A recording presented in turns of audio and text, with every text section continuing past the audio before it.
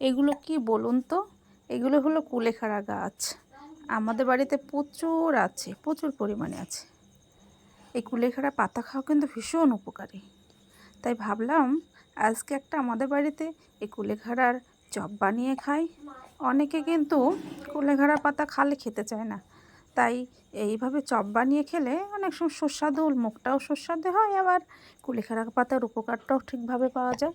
তাই প্রথমে কুলেখাড়া পাতাগুলোকে মানে কচি কচি ডগাগুলোকে তুলে নিলাম। তুলে নেওয়ার পরে বেসনটা রেডি করব। চলুন, একটা ছোট পাত্রে বেসন নিলাম।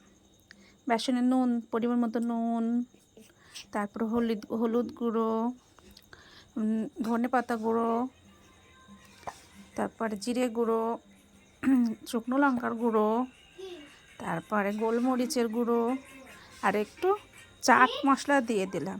চাট মশলাটা দেওয়ার পরে ভালো করে চামচ দিয়ে মিশিয়ে নিলাম।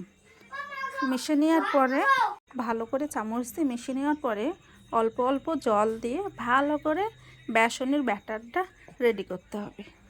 ব্যাস, বেসনের ব্যাটারটা সুন্দরভাবে হয়ে গেছে। এইভাবে সুন্দরভাবে হয়ে গেল রেডি। এইরকমভাবে ব্যাটার করতে, বেশি পাতলা করলে কিন্তু আবার পাতার সঙ্গে লাগবে না। ওইদিকে আমার কুলেখাড়া পাতাগুলোকে ধুয়ে সুন্দরভাবে সাজিয়ে নেওয়া হয়ে গেছে। চলুন এবার রান্না করি, ভাজা যাক।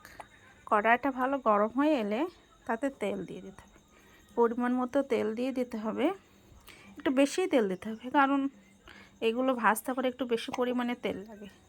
তেলটা গরম হয়ে হলে তাতে ওই পাতাগুলো, কুলেখাড়া পাতাগুলোকে বেসনের সঙ্গে ভালোভাবে ঠিকঠাক মতন ম্যারিনেশন করে গরম তেলে দিয়ে দিতে হবে। দিয়ে দিলে এক একটা করে অনেকগুলো দিয়ে দিলাম, তারপরে উল্টে দিতে হবে।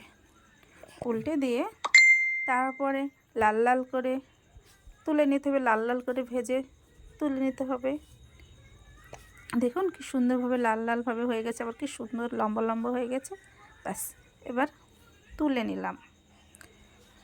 ঠিক একই রকমভাবে আবার বেশ কয়েকটা ফুটন্ত তেলে দিয়ে বেশ কয়েকটা ভেজে নিলাম। ভেজে নেওয়ার পরে ওই অনেকগুলো ভাজা হয়ে গেল।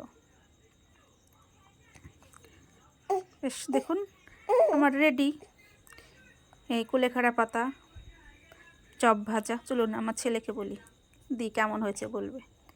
কেমন হয়েছে সোনা? খেয়ে দেখো কেমন হয়েছে। সুন্দর হয়েছে। ব্যাস, আমার ছেলে যখন সুন্দর বলেছে আর কিছু বলার নেই। আপনারাও এভাবে তৈরি করে খাবেন।